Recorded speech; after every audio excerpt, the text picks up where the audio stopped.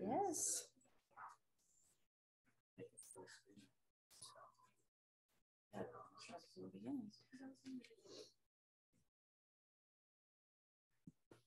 All right, thanks everybody for coming. Welcome to Wednesday afternoon discussion here at Steele Center. And today we have Dr. Megan Fritts, who's an assistant professor at the University of Arkansas Little Rock and a specialist in action theory, ethical theory, social ontology, philosophy of religion, all sorts of stuff, or reflective generally, which is awesome. And also is published in journals like Inquiry, Synthest, Philosophy of, or the American Philosophical Association Journal, all sorts of places. So we're really grateful that you're going to share your research with us today. And you're going to be talking about affliction and abandonment, divine absence as divine grace. Welcome. Let's go. Thank you, Jamie, for making my incoherent research profile sound impressive rather than delinquent.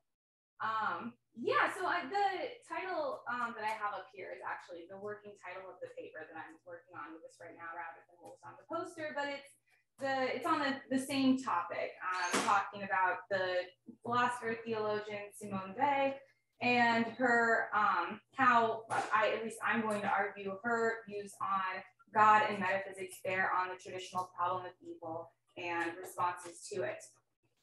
And this is like an informal talk. So if anyone wants to, like, as I'm going through this, there's some points where it gets kind of technical, and I'll try to like really be I'll try to fill that in as much as I can. But if you want to like clarify anything, you can just like do so during the talk. Since, just feel free to do that. Okay. So a little bit of background on the person that I'm talking about. This is Simone Weil. She lived from 1909 to 1943. She was a French philosopher and theologian and political activist. She grew up in an agnostic Jewish family, so she didn't grow up religious or anything like that. She was highly intelligent from a young age. Their whole family was really focused on academics, and she was reading classical Greek by the age of 12, and she actually spent a lot of her childhood reading Homer and Plato in the Greek. So that'll give you an idea of where she's coming from once we get into her actual views. She was a political activist as a young adult. She was a Marxist, pacifist, and unionist, and spent a lot of time advocating for those causes. She had a kind of dramatic conversion to Christianity in her 20s.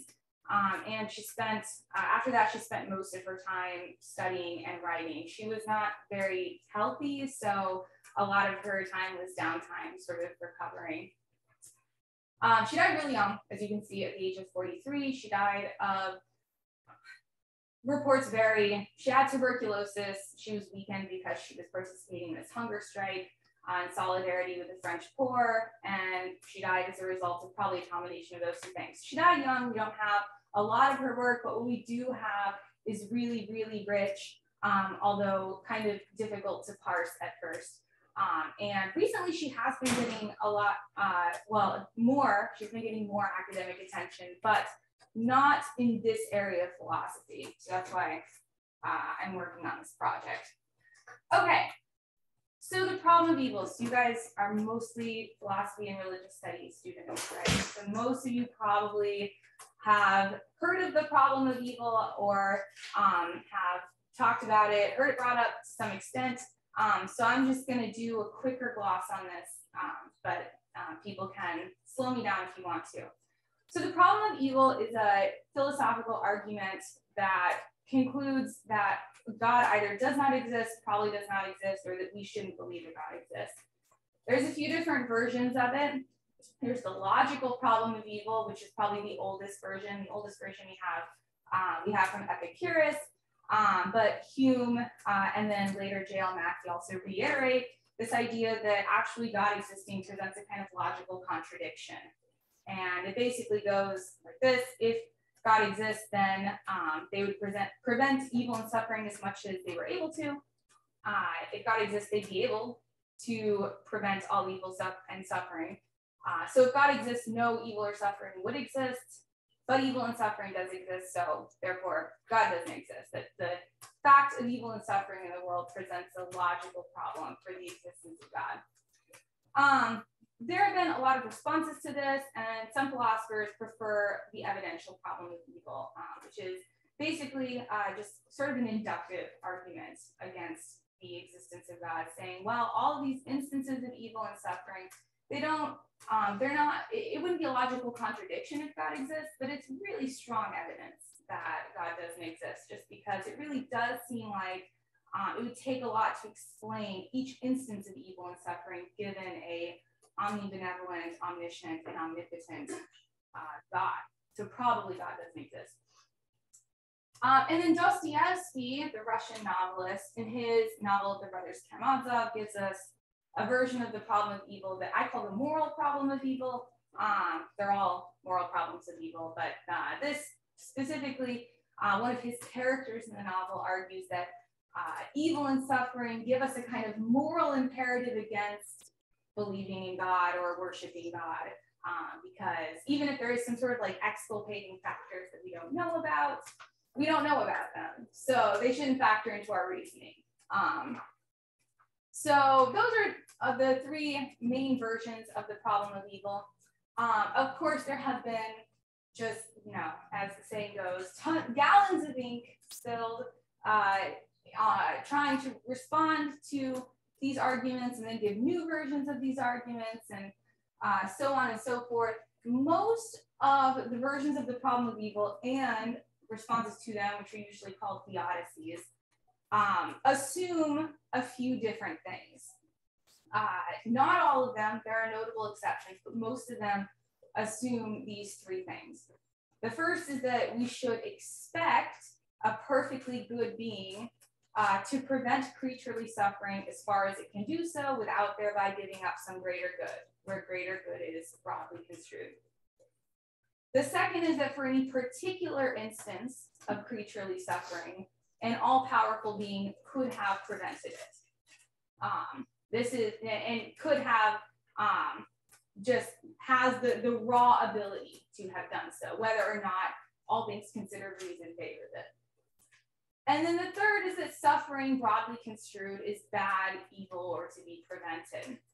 That one's probably, the third assumption is probably the most universal of all of them.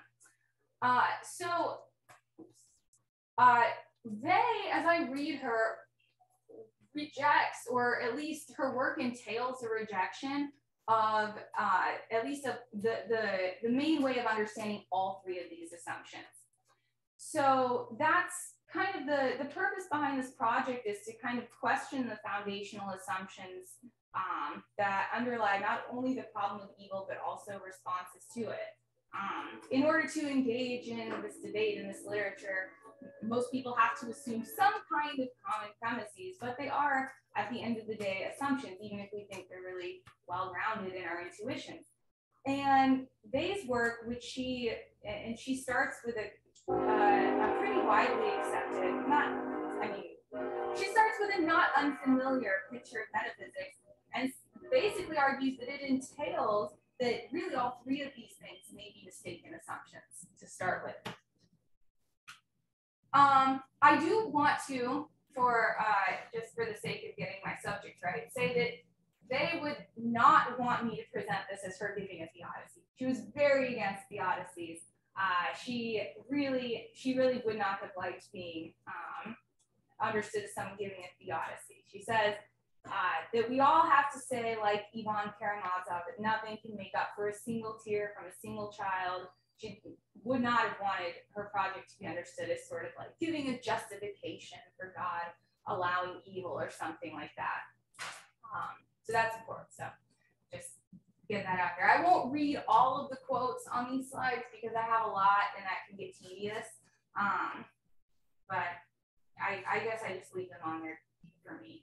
I don't know why. I should probably take them off. All right. So what are these metaphysical views of hers? So Bay was a Platonist. Most people actually say she was a Neoplatonist.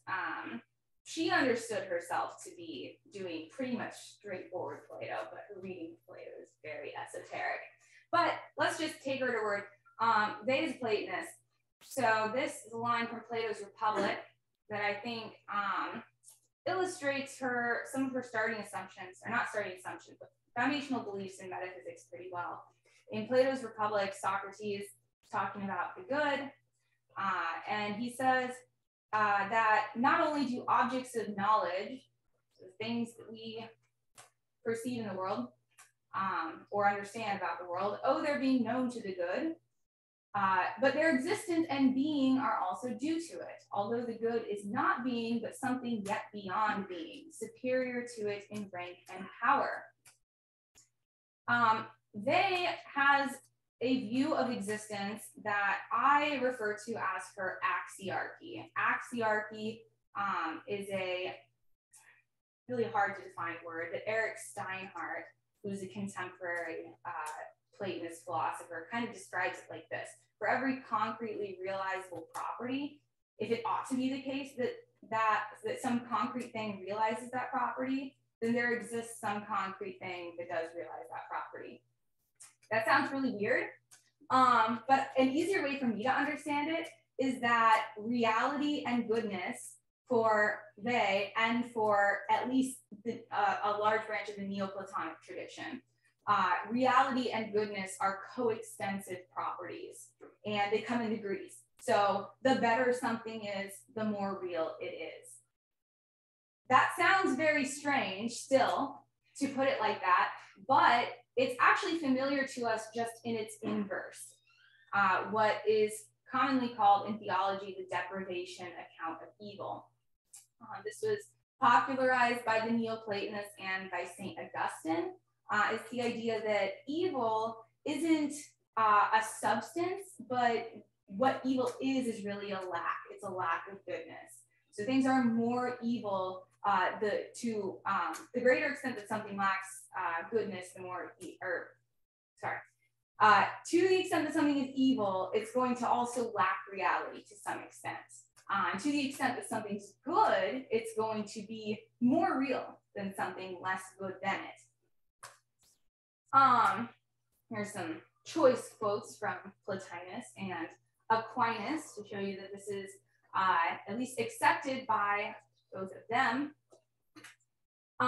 So for they and for a lot of these people, Aquinas and Augustine, since God is ultimate good, God is beyond being really for all of these authors in the sense that God is transcendent, but also the source of good.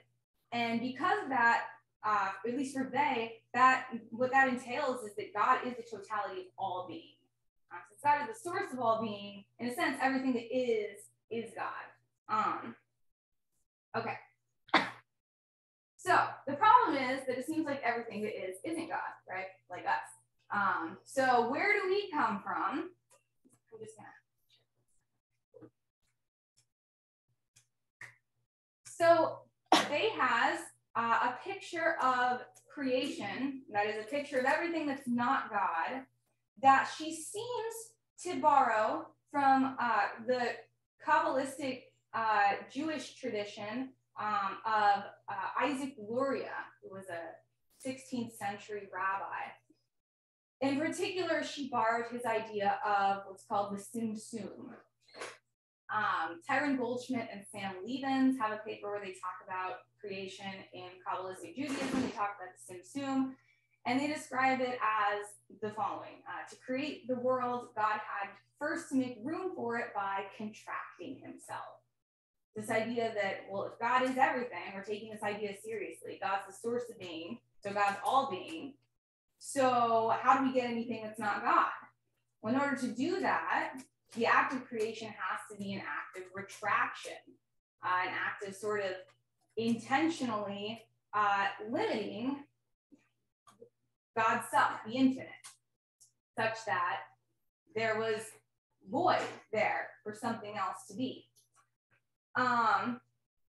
In the Kabbalistic tradition, God retracts, there's a void, and then God creates stuff in this void.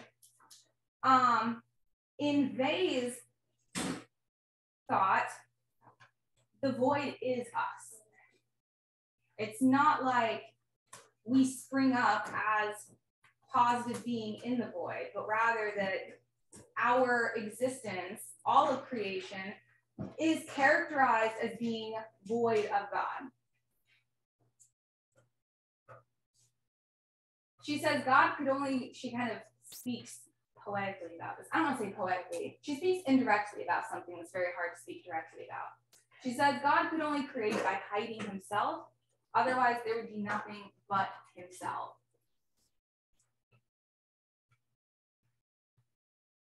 All right, so this she calls her idea of the void, which is basically everything that's not God.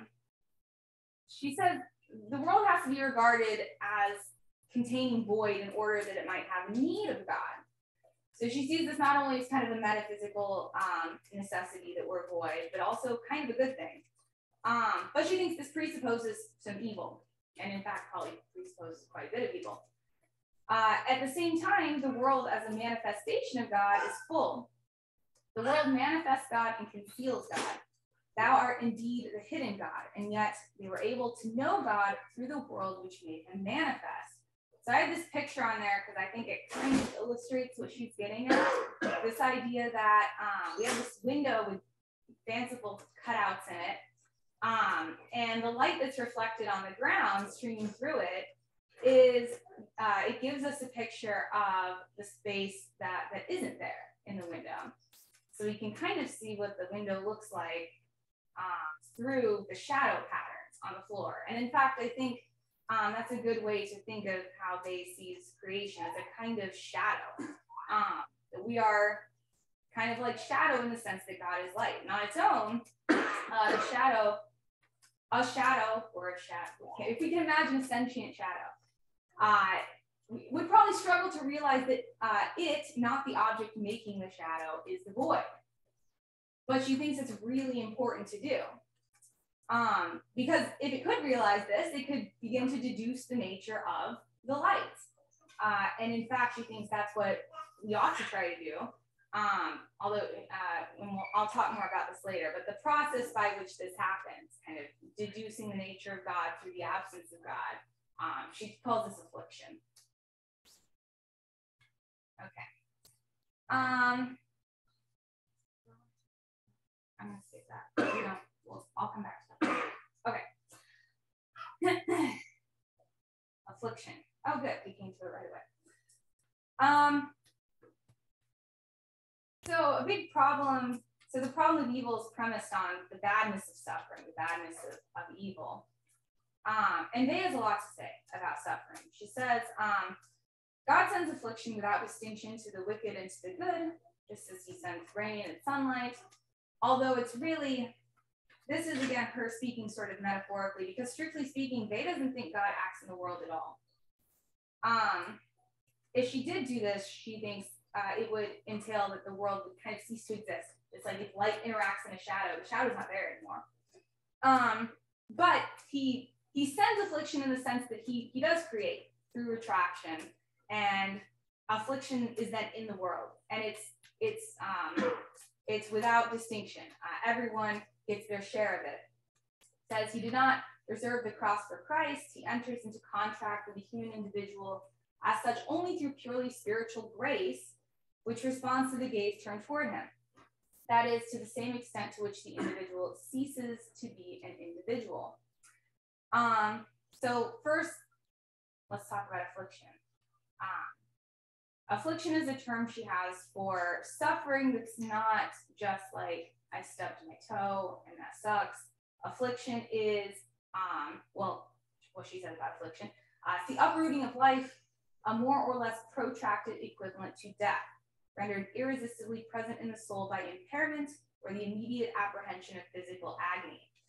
So elsewhere, she talks about affliction as a kind of suffering that is impossible to imagine enduring over a period of time. It's one that forces the person either to be completely destroyed or to utterly let go of themselves, of control over their life, over their identity at all. You have to choose either one of those two things when you're in affliction. Hopefully, you do the second one. She actually thinks that affliction, which everyone will experience at some point, is a grace of sorts. It's in a way a gift, even though it's not something that God like intentionally hands each one of us. It is the thing that allows us to be one with God, and in fact, the only thing. Because until the shadow realizes its nothingness, it can't understand why that's bad. So for they, because what we are is void of God, the only way to not lack God is to unbecome what we are. And the only way to do that is to kind of be forced into it through affliction.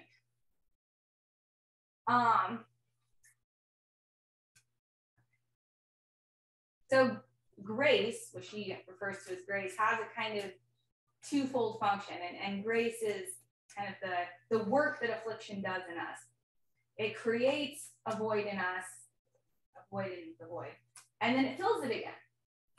And ideally, what happens when we unbecome is that we rebecome because we unite with God, we unite with substance again.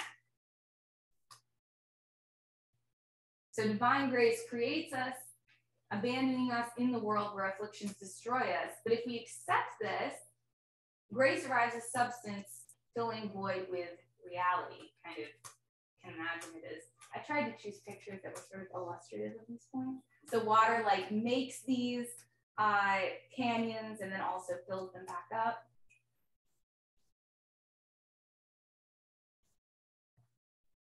All right. So some people have made the point that this sounds similar to some ideas in Buddhism. And in fact, there's a new book out on Simone Weil and Iris Murdoch that kind of makes this comparison as well. And there are some similarities, but there's some differences that I think are important to highlight. So on Buddhism, we have this idea that achieving enlightenment means realizing there is no like enduring self. On Wei's view, there is a diachronically enduring self. It's not like we need to really realize there isn't one. There is one, but in a deep sense, what it is void of the good. So that's one distinction. On Buddhism, one of the goals of enlightenment is to free oneself from desires, to thereby prevent suffering. But on Wei's view, the avoidance of suffering is not the goal. Suffering is actually crucial to this process of what most people commenting on our work refer to as kenosis, kind of an extreme version of kenosis. She's unclear what she thinks of desire, so we can talk about that later, but I don't really know. And the Buddhist Enlightenment Project ends, if you do it right, in the dissolution of the self.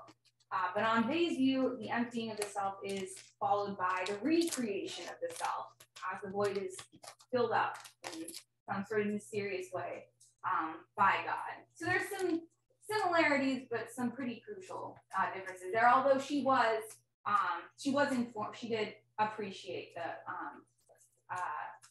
Buddhist scriptures and such.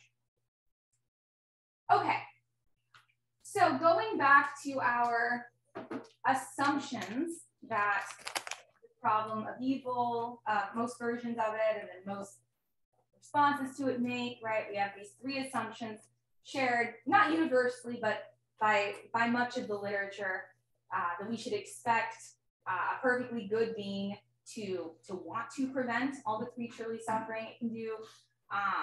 We would expect an all-powerful being to be able to prevent any particular instance, and that suffering broadly construed is bad, evil, or to be prevented. So here's why I think her work bears on these assumptions. Assumption 3, this idea that suffering is bad, evil, or to be prevented, they really seems to not want to say this at all. In fact, she thinks that our intuitive judgments of what's bad or evil are fairly worthless. She thinks that, well, here, I'll just read this quote at the bottom. She says, Adam and Eve sought for divinity in vital energy, a tree, fruit. but it is prepared for us on dead wood, geometrically squared where a corpse is hanging. We must look for the secret of our kinship with God in our mortality.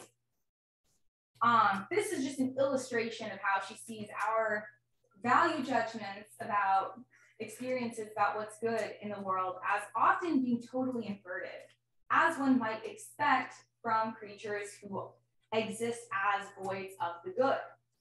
Sometimes what we think is really bad actually isn't.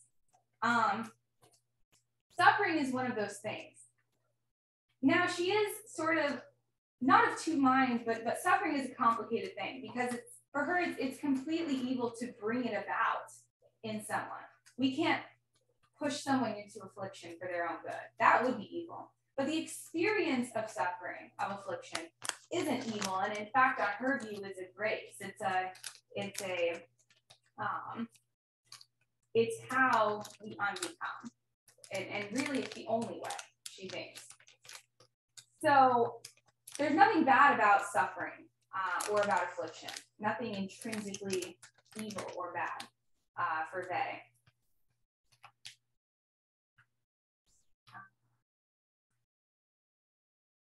What she does think is that, I had a slide there. That's okay, it's important.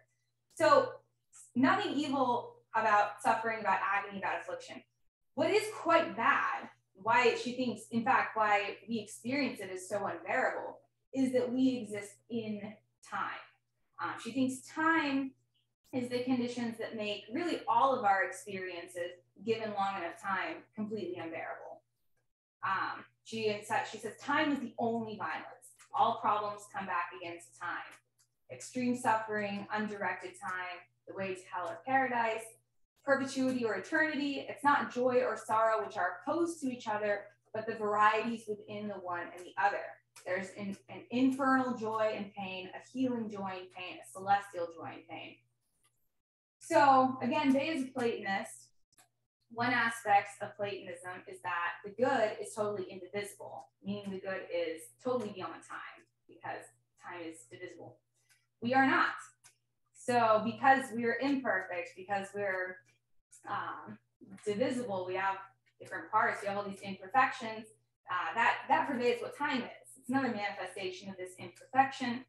And it's in fact what brings kind of rot to everything eventually, even what you call like celestial kind of pain or joy. In time, that thing is going to become unbearable.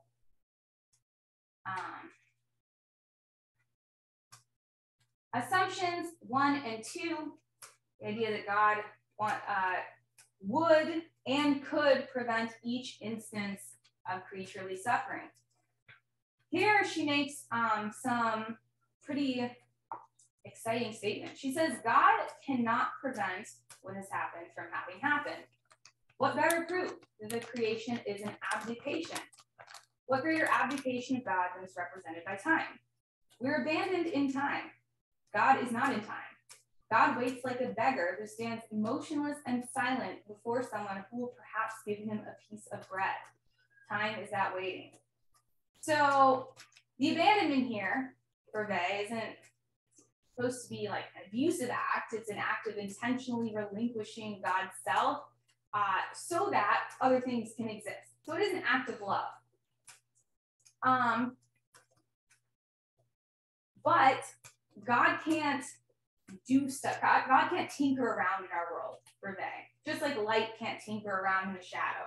That would make the shadow disappear.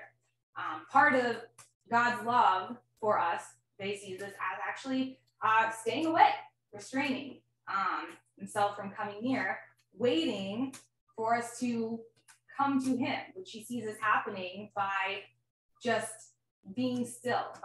This is actually a very Schopenhauerian point, by not fighting the forces of the world, not fighting against time, by not fighting suffering or affliction, by being in this way sort of like agentially motionless in some ways, we are able, she thinks, over time, maybe to decreate enough to be one with God.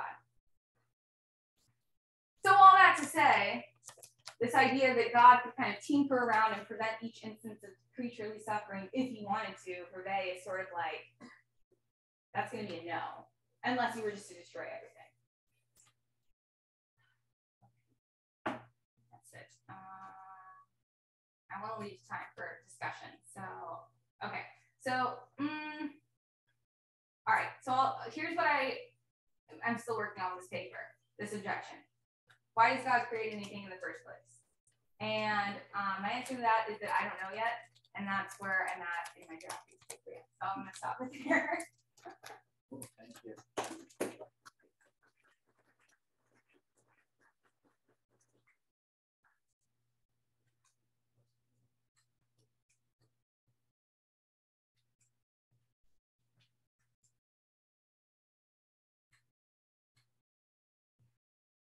Yeah. I had a question almost your whole talk until the very last minute or so when you answered it. So I was wondering maybe if you should say a little bit more. So when you described the act of grace with an emptying out and then a filling, when you first were presenting it, it was an abstract metaphysical picture of it. It was filling with reality, filling with being. Yeah. But then at the very end, you used the word love. Yeah. So I was thinking of Neoplatonic Christian thinkers who think that's the relationship, the first relationship. Yeah. I just would say, how much head and how much heart was she thinking abstract Platonic metaphysics, or was she thinking relational? Yeah, that's a great question. They sees all of this as love. And that was really hard for me to understand for a super long time. And until recently, where I think in her work, she is actually also giving a kind of revisionary picture of love, where an essential feature of love, at least as I'm reading her right now, is that it involves a kind of creation via abdication, all kinds of love to some extent. All of them she sees as involving creating something by withdrawing the self, withdrawing the ego. Other kinds of relationships, works of art to some extent, she sees this as well. So she sees this as being like, you know, the ideal of this is realized in creation, that through abdication, God creates, and that what this is like paradigmatic love. I don't know that I can be a lot more, because this is like the thing I'm wrestling with right now, but does that make sense? Yeah, it's a tough love. Yeah, yeah. Right. I mean, it's a love that can only not be or feel cold, I think. Yeah.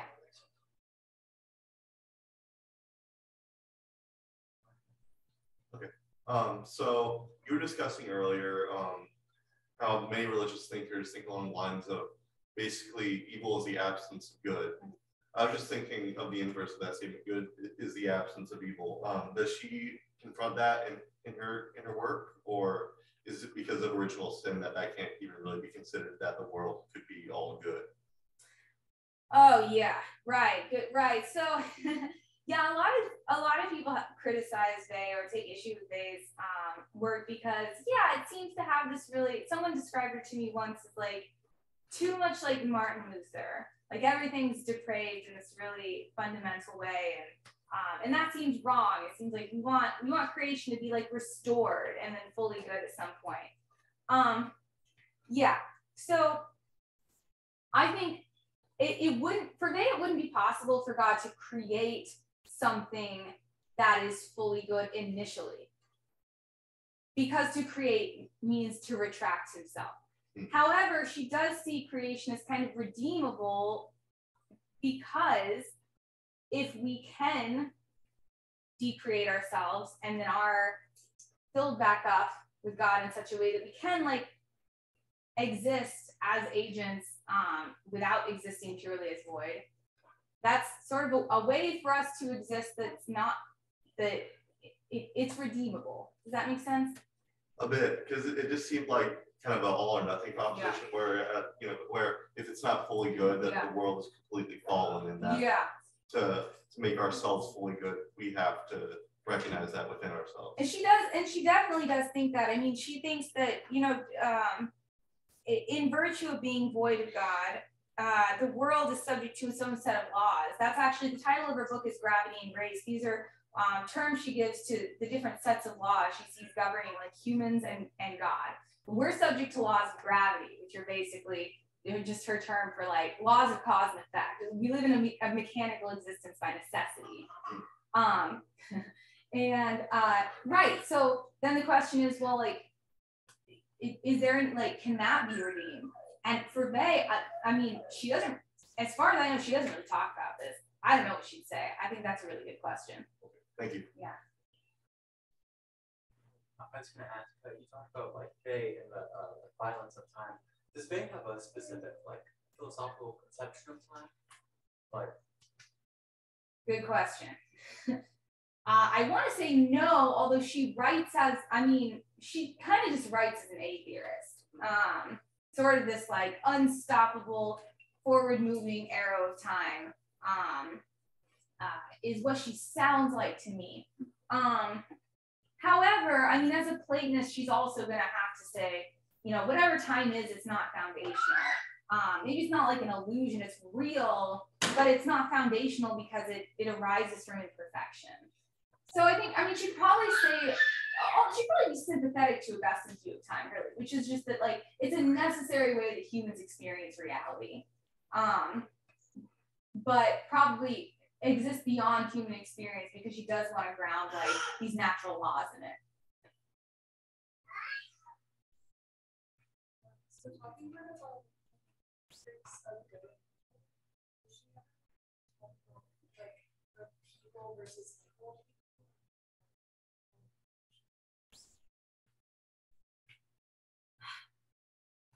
You know, she doesn't, as far as I can remember, she doesn't really want to put people in categories of good and evil. But what she does do is she does talk about people who are distorted by their own actions. And one big distorting thing, so a lot of her political work focuses on this idea of what she calls force. One of, in my opinion, her best writings is actually a commentary on the Iliad. It's called the Iliad, a poem of force.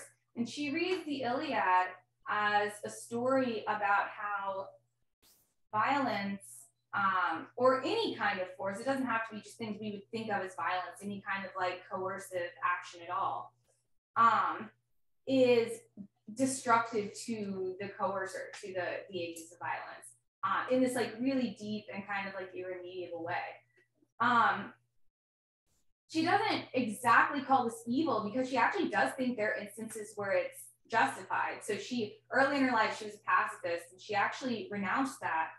She wasn't a pacifist anymore later in life, but she did think if you ever did kill someone, you better be willing to give your own life up too, because in essence, that's what happens. You don't get out of it alive yourself. There can be things that justify that, like maybe defending, you know, whatever, someone from the Nazis was what she was thinking of, obviously. But it will destroy you. It will warp you in this kind of like spiritual way. So I think she thinks in those terms more so, like the forceful versus the less forceful. So we want to be as unforceful as possible for her.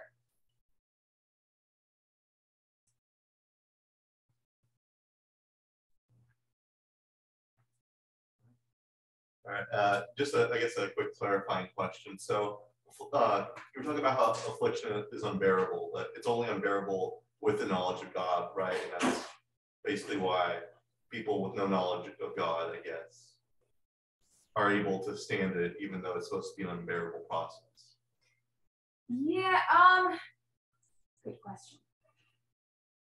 Something like that. So, right, affliction is unbearable unless you're able to decreate yourself. Okay.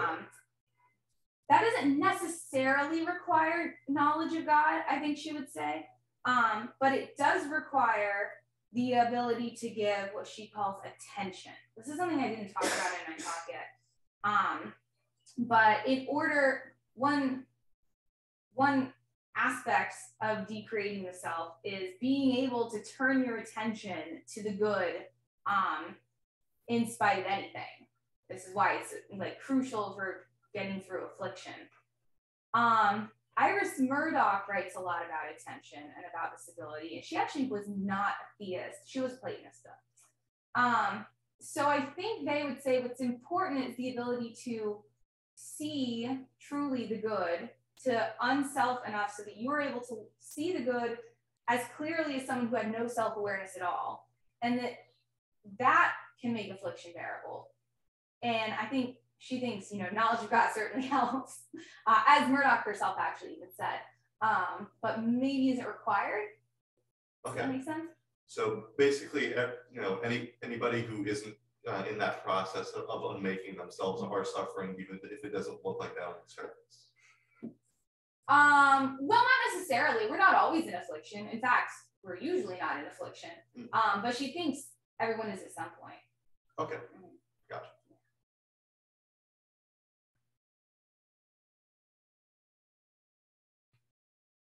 Did she have any like larger views about like the movement history or anything like that, considering like her background with like Marxism? Oh yeah. So yeah, she was a Marxist early in life, and then she wasn't. But not for any deep ideological reasons. She just saw the Marxists as ineffective. I don't think so. See, the thing with Vey is that she did not, we'll say she didn't read widely. She read a lot of the people she liked. She had a lot of views about Plato, a lot of them very strange. She sees him as prefiguring Christianity in this like really overt, literal way. But the stuff between like Plato to Augustine and then like to her time, like I don't think she really cared. To be honest. So some people think there's like different things are at stake with moral evils than natural evils, and that these two problems are kind of differently addressed sometimes. So people with moral evils, they're like, well, we need to have freedom. Freedom's the reason why that occurs, and it's better to have freedom. Is she interested in that distinction, or have a different approach to? I think she thinks all evils are natural evils. Really? All evils are the result of causes and effects of force. So in a really, she calls this stuff the laws of gravity, and that can seem like really poetic, but I think she means it not totally literally, but almost, such that she wants us to become such that these laws affect us less, just like small things are literally affected less by literal laws of gravity. So the self should become so small that it's less liable to be pushed around by physical forces, to be an agent of destruction. So I do think she sees like these moral evils as just another kind of natural evil. And you mentioned that it was similar to one aspect, similar to Schopenhauer. So what is the motionlessness of self, or like, how do we stop? What kinds of activities help us to not assert force in our agency? Yeah, so I mean, ultimately, the thing that's going to make us stop is responding well in affliction. But what we can do is become the kinds of people who are more likely to respond well in affliction. And she sees that as actually being, she wrote an essay on like what the goal of education is. And in this essay, she says the goal of education should be the cultivation of the capacity to give attention. Because she thinks that's the capacity to give attention, you know, to see the good clearly, even in moments of agony. That's the only thing that's going to do it. And so that's the kind of thing you need to cultivate. Incidentally, Murdoch actually agreed with her. She has a novel called The Unicorn, where this idea of attention in the midst of agony is the thing that frees the person, is sort of the main plot. Yeah, so she sees that as developing attention, which she talks about it interchangeably with prayer. She thinks they're kind of the same thing. And is she similar to Murdoch in thinking that the good is like something perceptual or something beautiful? Definitely, yeah. Okay. Yeah.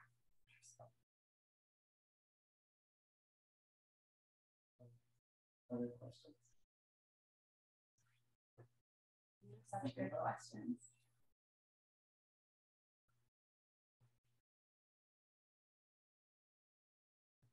So I guess since you brought up prayer, what do you think she would say about meditation? Like meditating on particular things. Yeah, I guess it is. Yeah, I think that's basically what she thinks it is to work on developing the capacity for attention. So for her, when we say attention, what we tend to mean colloquially is like trying really hard to concentrate on something. But for Bay, the trying really hard is actually antithetical to attention. It's much more like a meditation where the thing you're doing is trying to clear your head of any kind of awareness of self or surroundings or anything, only to have awareness on the thing you're looking at. So I think attention really is exactly what we mean when we talk about meditation for her. Yeah.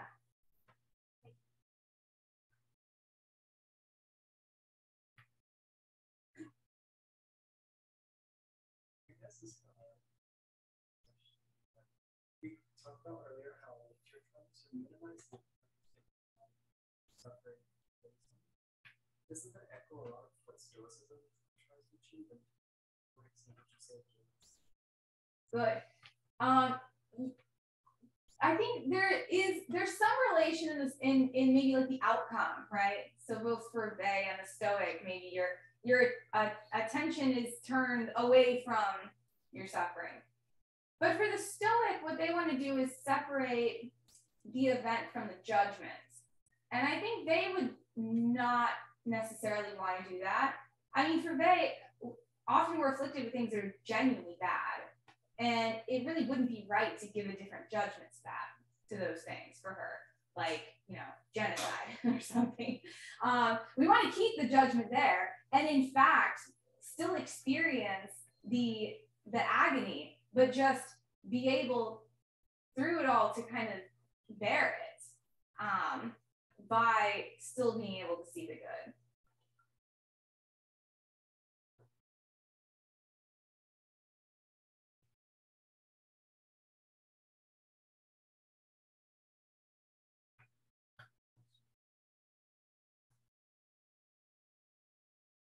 These are really good questions.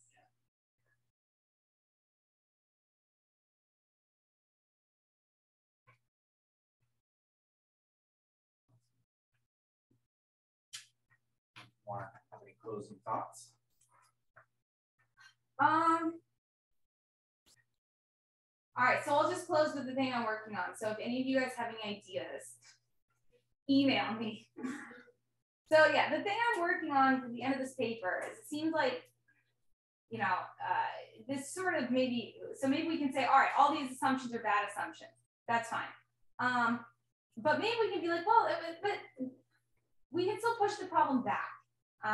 We can push the problem back to, why did God create anything in the first place? Not only because like, oh, why just create these things that are just going to suffer horribly, but also like, if you are infinite, you're infinitely good, why retract?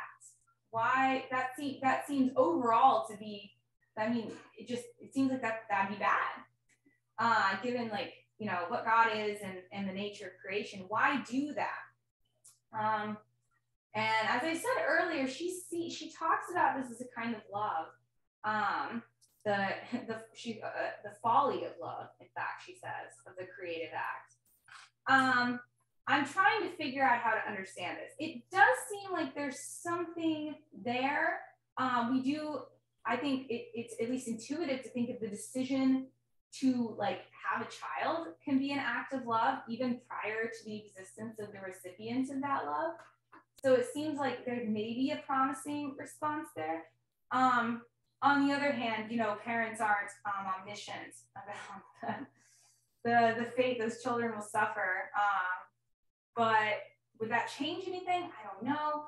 So yeah, so this is, I'll just say, in the spirit of honesty, I haven't solved everything yet. Trying to figure out how I would respond to this question, or how they would respond to this question. So, but thank you so much for your questions. They were honestly just like really good. Yeah. Awesome. Well, let's thank Dr. Fritts.